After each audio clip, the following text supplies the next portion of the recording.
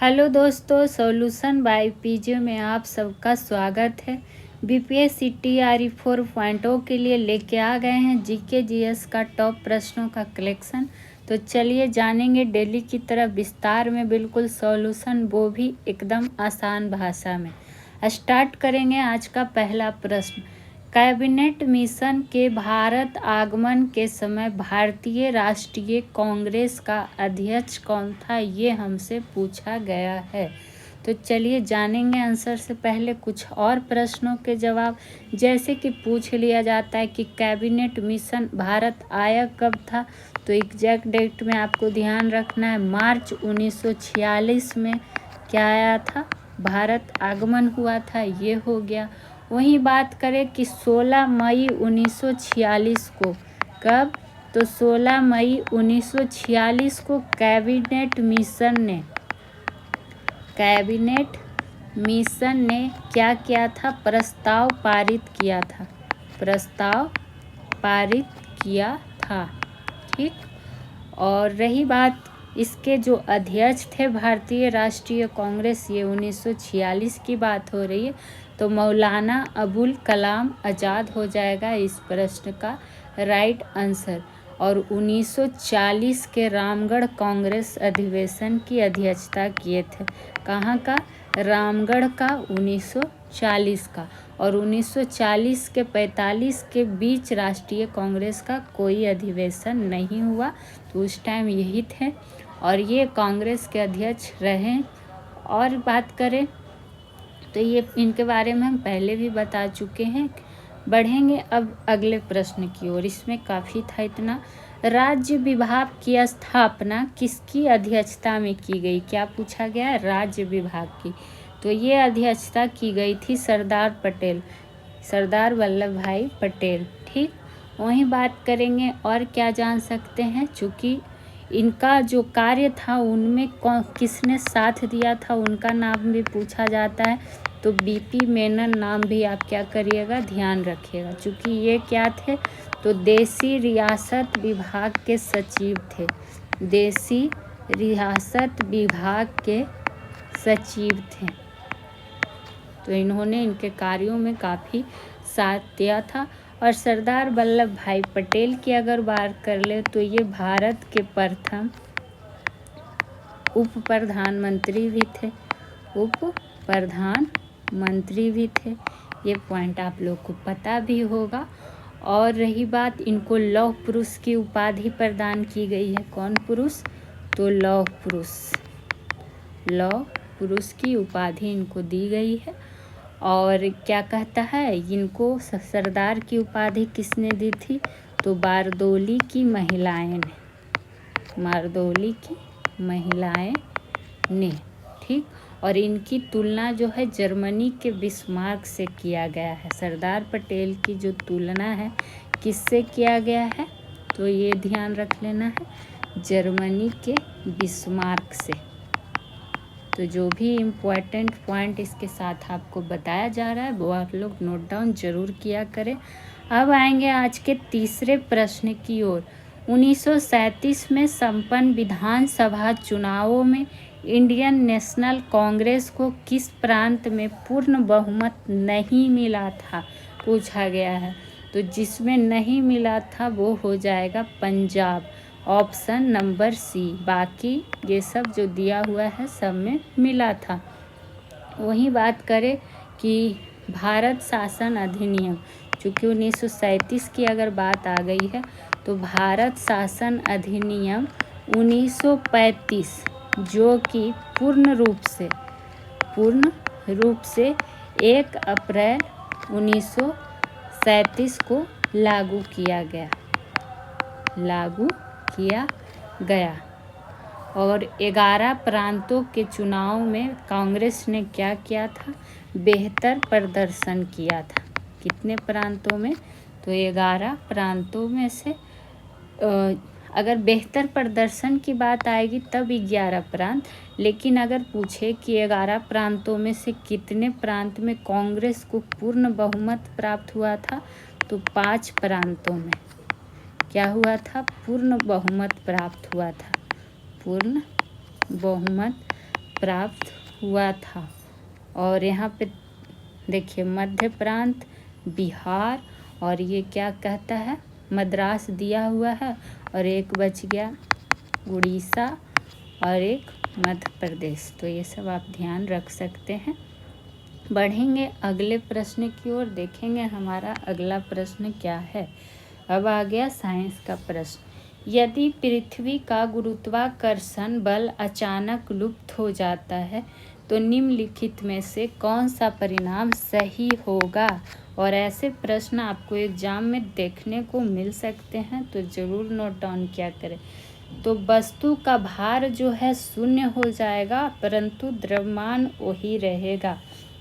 तो यही इस प्रश्न का राइट आंसर हो जाएगा। वहीं अगर बात कर ले कि और क्या आप जान सकते हैं, इसमें एक पॉइंट और नोट डाउन कर सकते हैं कि गुरुत्वीय त्वरण का मान पूछा जा सकता है कि गुरुत्वीय त्वरण का मान ध्रुव पर, किस पे, ध्रुव पर भूमध्य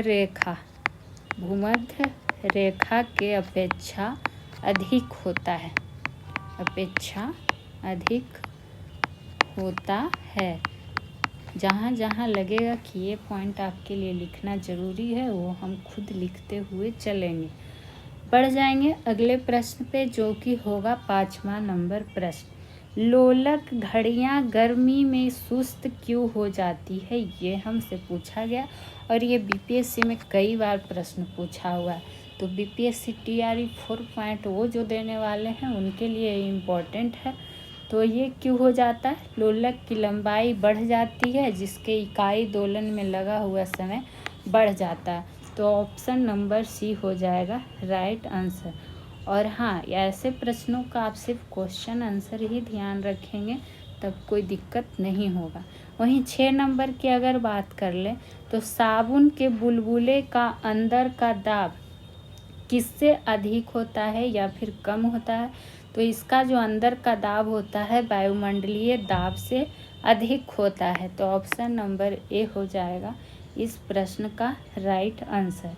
ठीक, तो इसमें भी कुछ पॉइंट नोट डाउन नहीं करवाना है, जहाँ लगेगा हम खुद कराएंगे। तो आप लोग टेंशन नहीं लेंगे इस बात के लिए। आप लोग देखते ही हैं, जो रेगुलर सेशन उनको पता होगा, हम डिटेल्स के साथ बिल्कुल बताते हैं। बिहार के किन जिलों में गारलैंड ट्रेंच बनाने की घोषणा सरकार द्वारा की गई है। ये बिहार से संबंधित देखिए प्रश्न आपको मिल गया। तो ये किया गया है गया, नवादा और जमुई जिला में। तो ऑप्शन नंबर ए हो जाएगा राइट आंसर। वहीं बात करें गारलैंड ट्रेंच के, तो ये बिहार के पठारी क्षेत्र में बनाए जाएंगे।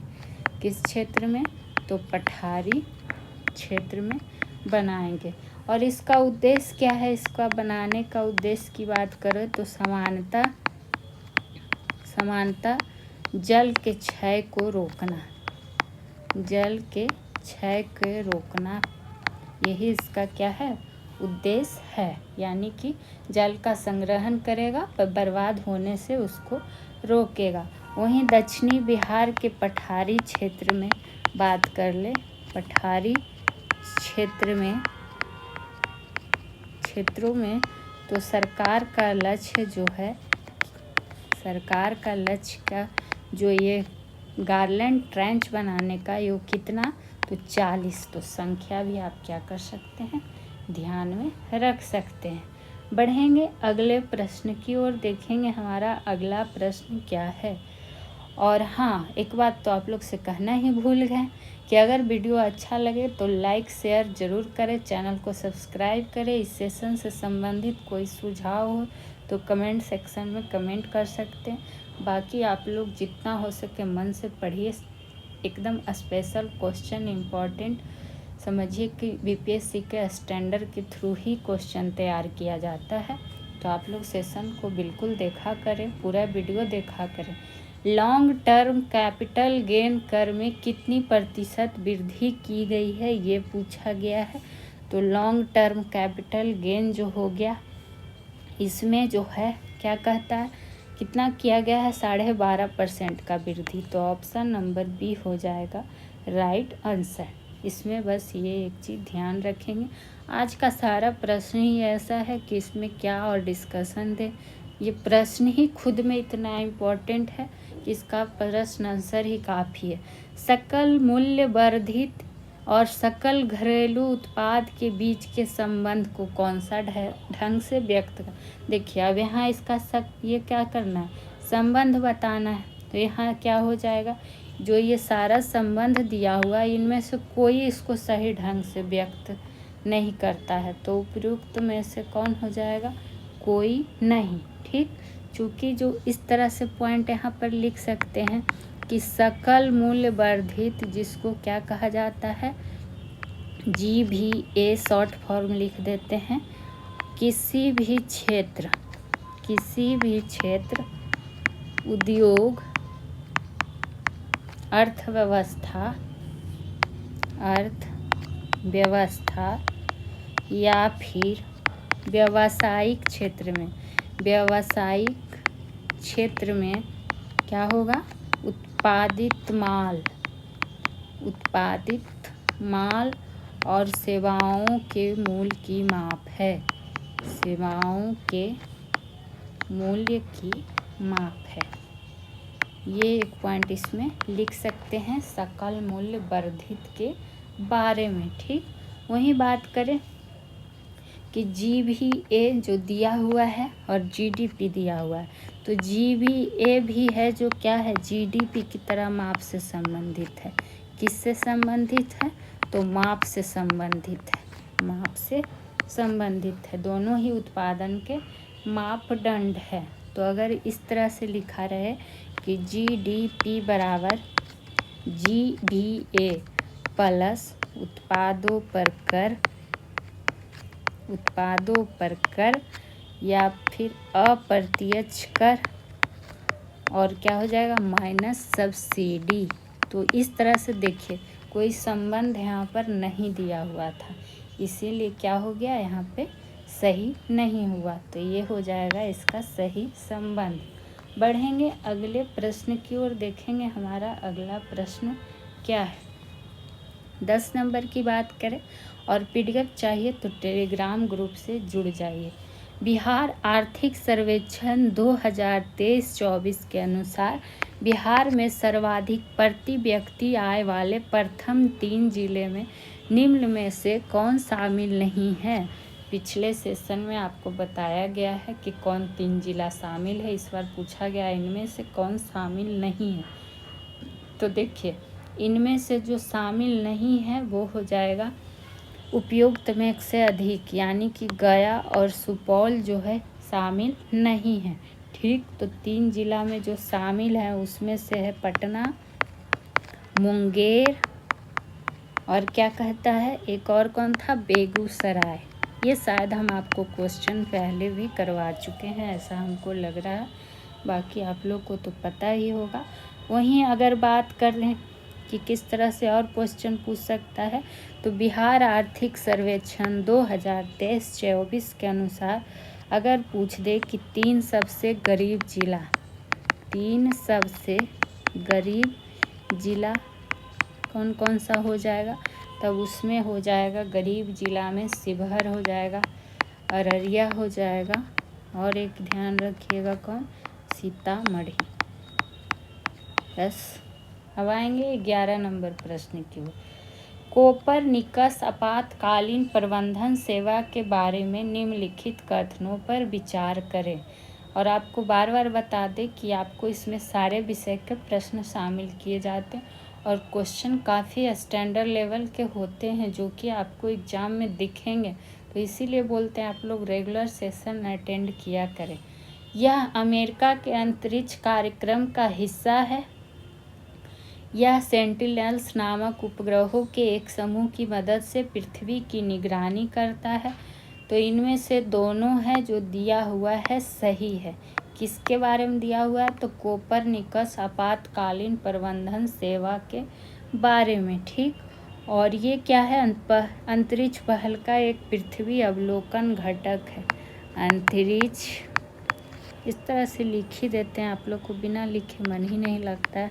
अंतरिक्ष पहल का एक पृथ्वी अवलोकन घटक है कोपरनिकस आपातकालीन प्रबंधन सेवा की बात आई है। तो ठीक, आएंगे अगले प्रश्न की ओर। सीता तथा लव कुश वाटिका निर्माण की घोषणा बिहार के मुख्यमंत्री ने राज्य के किस जिले में की है? ये प्रश्न इम्पोर्टेंट बनेगा, चूँकि सीता और लव कुश वाटिका निर्माण है तो ये कहाँ किया गया है? सीतामढ़ी जिले में। तो कहाँ है? वही सीतामढ़ी जिला जो अभी आप लोग जाने कि तीसरा नंबर पे गरीब जिला में आता है, वहाँ इसका निर्माण किया जा रहा है। बस मतलब पॉइंट बताएं, किससे एक पॉइंट हम लोग और क्या जान चुके हैं। वही बात करें, नाम सुने पुनौरा धाम। पुनौरा धाम जो है बिहार के रामायण सर्किट से जुड़े सीता माता का जन्मस्थली है। सीता माता का क्या है? जन्म स्थली है। ये आप ध्यान में रख सकते हैं। केंद्र सरकार ने पुनौरा धाम को कितना करोड़ रुपया दिया है? तो ये रुपया भी पूछ सकता है, तो 500 करोड़ रुपया दिया है। बढ़ेंगे 13वें नंबर प्रश्न की ओर। देखेंगे 13वां नंबर प्रश्न क्या है। राणा सांगा ने क्या गया है? राणा सांगा ने निम्नलिखित युद्धों में से किसमें बाबर के विरुद्ध लड़ाई की थी? यानी कि बाबर की बात आई है, तो अगर आपको बाबर से संबंधित सारा प्रश्न जानना है तो एक द 10 मिनट शो शुरू किया गया, उसमें आपको बाबर को 10 मिनट के अंदर जितना पॉइंट इम्पोर्टेंट बन सकता है बता दिया गया है। आप लोग चेक कर सकते हैं प्लेलिस्ट। और यहाँ जो इस प्रश्न का आंसर हो जाएगा वो हो जाएगा खानवा का युद्ध। तो ऑप्शन नंबर बी, जो कि 1527 में लड़ा गया था। खानवा का युद्ध में बाबर ने क्या कर दिया था? राणा सांग को पराजित कर दिया था, यानी कि ये हारा हुआ था, बाबर इसमें जीता हुआ है। ठीक, और इस युद्ध में, खानवा का युद्ध में बाबर ने जिहाद का नारा दिया था। तो ये भी पूछ सकता है कि जिहाद का नारा किसने दिया था? तो बाबर ने दिया था 1527 में खानवा का युद्ध। ठीक, वहीं जानेंगे अगले प्रश्न की ओर, जो कि होगा 14वां नंबर प्रश्न। इनमें से किसने बाबर को सर-ए-पुल के युद्ध में पराजित किया था? लीजिए फिर से बाबर आ गया। इसको सर-ए-पुल के युद्ध में जो पराजित किया था वो था शैबानी खां। तो ऑप्शन नंबर बी होगा इस प्रश्न का राइट आंसर। वहीं बात करें, सर-ए-पुल है जो अफ़गानिस्तान का पहाड़ी इलाका है। कहाँ का? तो अफ़गानिस्तान का क्या है? पहाड़ी इलाका है। ठीक, वहीं जो है शैबानी खां जो था, ये बाबर का एकदम कहिए तो कट्टर दुश्मन था। कैसा दुश्मन था? दुश्मन तो था लेकिन एकदम कट्टर दुश्मन था। ठीक, तो इसमें और कोई पॉइंट है नहीं, बाकी आपको बाबर से संबंधित बहुत बार बताया गया, वीडियो देख सकते हैं। मुगल सम्राट जहांगीर ने निम्नलिखित में से किसे इंग्लिश खान की उपाधि दी थी? ये देखिए बीपीएससी का फेवरेट प्रश्नों में से एक है, चूँकि बहुत बार पूछा गया। तो जहांगीर ने दिया था, लेकिन किसको दिया था? तो ये इंग्लिश खान का उपाधि विलियम हॉकिंस को दिया था।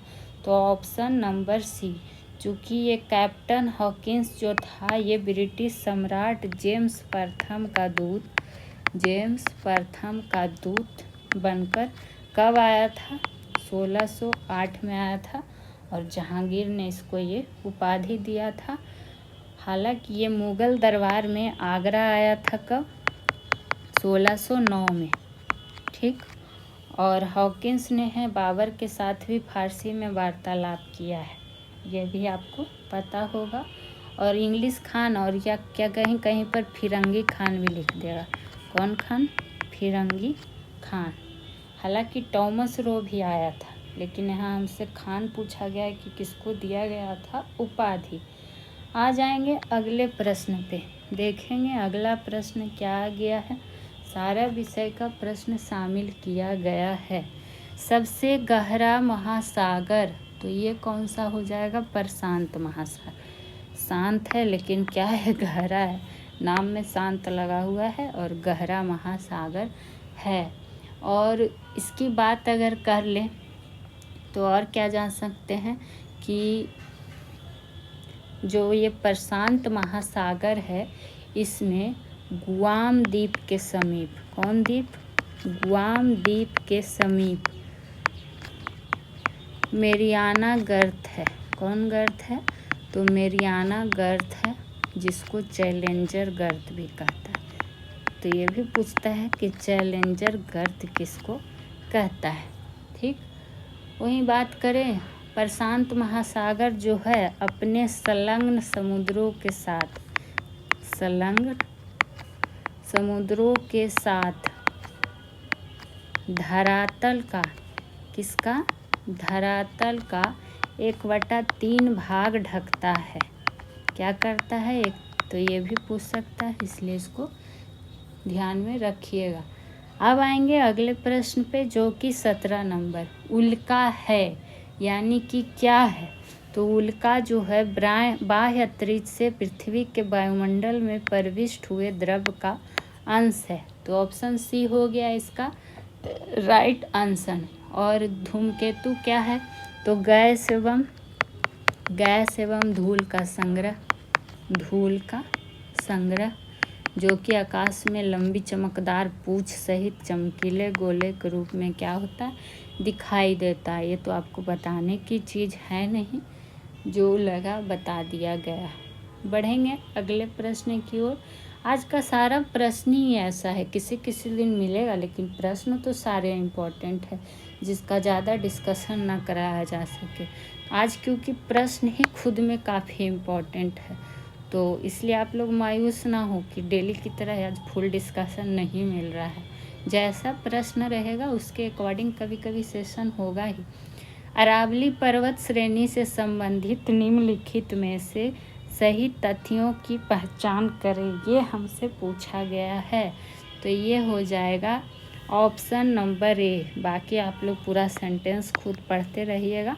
अरावली संरचना पश्चिमी भारत का एक मुख्य जल विभाजक है, जो कि राजस्थान मैदान के अपवाह क्षेत्र को गंगा के मैदान अपवाह क्षेत्र से क्या करता है? अलग करता है। इसीलिए ये सेंटेंस क्या है? सही है।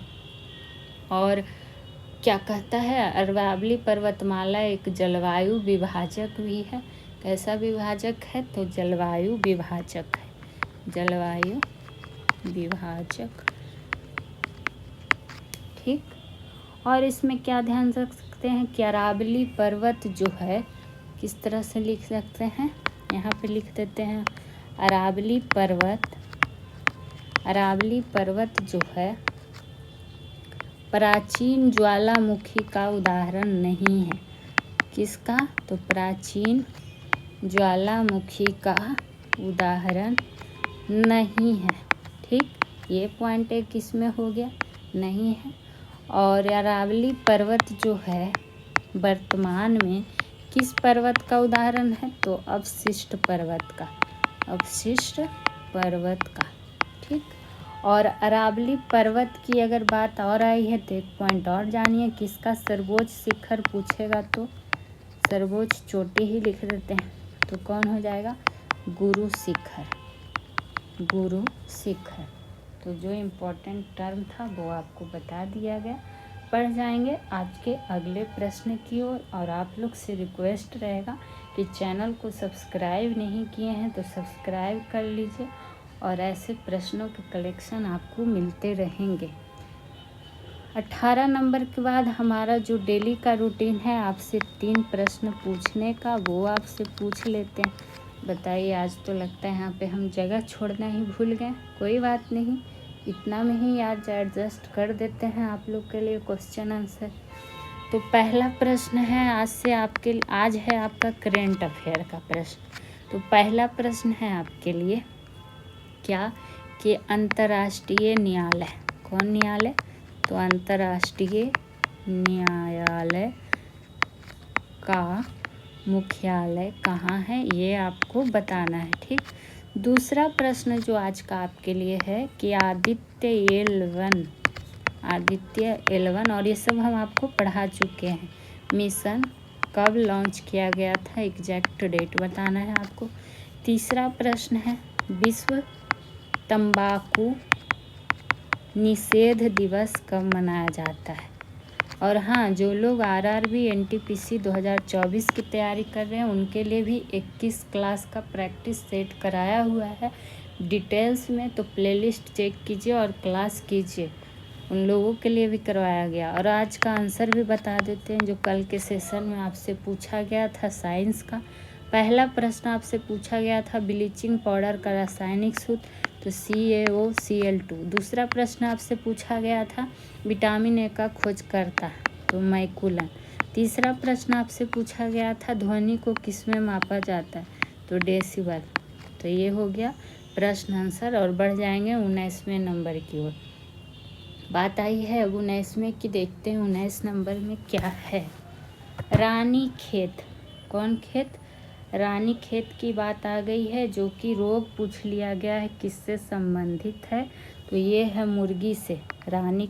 मुर्गी को कौन सा रोग हो जाता है? रानी खेत रोग हो जाता है। वहीं बात करें कुछ और पशु रोग का, इस तरह से लिख देते, एक तरफ पशु रोग और एक तरफ कारक। ठीक, तो टिक फीवर। कौन फीवर तो होता है, यहाँ पशु रोग की बात हो रहा है। टिक फीवर जो कि किसके कारण होता है, तो प्रोटोजोआ के कारण। वहीं बात करें रिंडर पेस्ट, ये सब पशु रोग हैं, ये होता है विषाणु के कारण। आगे बढ़ेंगे तो एंथ्रेक्स, ये तो काफ़ी बार पूछा गया है। एंथ्रेक्स पशु रोग है और ये होता है जीवाणु के कारण। किसके कारण? तो जीवाणु के कारण। मिल्क फीवर बताइए, पशुओं में भी कैसा कैसा फीवर होता है, टिक फीवर, मिल्क फीवर, तो ये होता है कैल्शियम की कमी से। ठीक, एक और बत गया डैग नाला रोग। कौन रोग? तो डैग नाला रोग जो कि होता है भोजन में सेलेनियम की अधिकता से। और आप लोग नोट डाउन जरूर करेंगे, आप ही लोग के लिए लिखा जाता है। आपको ये हेल्प करेगा जब आपका एग्ज़ाम नज़दीक रहेगा, आपको रिवीजन करने का होगा तब। बढ़ जाएंगे अगले प्रश्न की ओर, जो कि होगा 20वां नंबर प्रश्न। देख लेते हैं 20वां नंबर प्रश्न क्या है। केंद्रीय बजट 2024 से 25 में मनरेगा के लिए कितनी धनराशि आवंटित की गई है।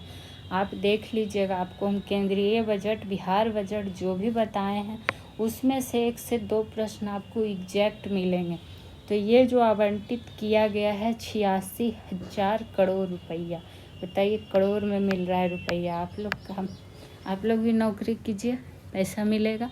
2024-25 में मनरेगा के लिए कितना मिल रहा है? 86,000 करोड़ रुपया। और उसी तरह कुछ और का जान ले, जैसे इम्पोर्टेंट है सौर ऊर्जा के लिए, तो सौर ऊर्जा के लिए कितना दिया गया है? 10,000। खाली करोड़ में याद रखना, ये नहीं कि सिर्फ 10,000 नहीं, 10,000 करोड़ रुपया दिया गया है। और जिसका पूछ सकता है वही बता रहे हैं।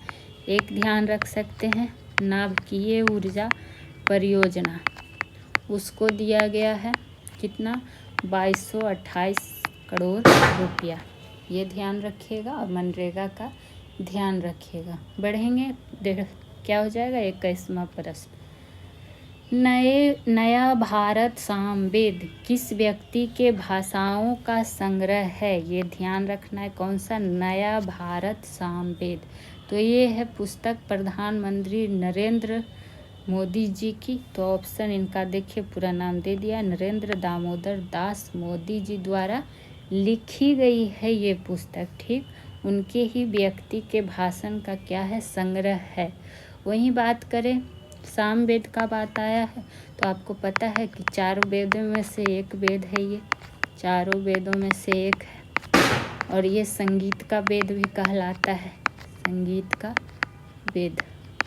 वहीं नरेंद्र मोदी जी की और कोई पुस्तक की अगर बात कर ले, तो जैसे में क्या हो जाएगा, ध्यान रखिएगा, सामाजिक सद्भाव, सामाजिक सद्भाव और कौन, प्रीतीर्थ। ये सब भी नरेंद्र मोदी द्वारा ही लिखी गई पुस्तक है, जो कि काफ़ी कम लोगों को पता होती है। तो आज के सेशन में इतना ही, फिर मिलते हैं टॉप प्रश्नों का कलेक्शन के साथ। तो आप लोग खुश रहें, मस्त रहें, स्वस्थ रहें। Thank you.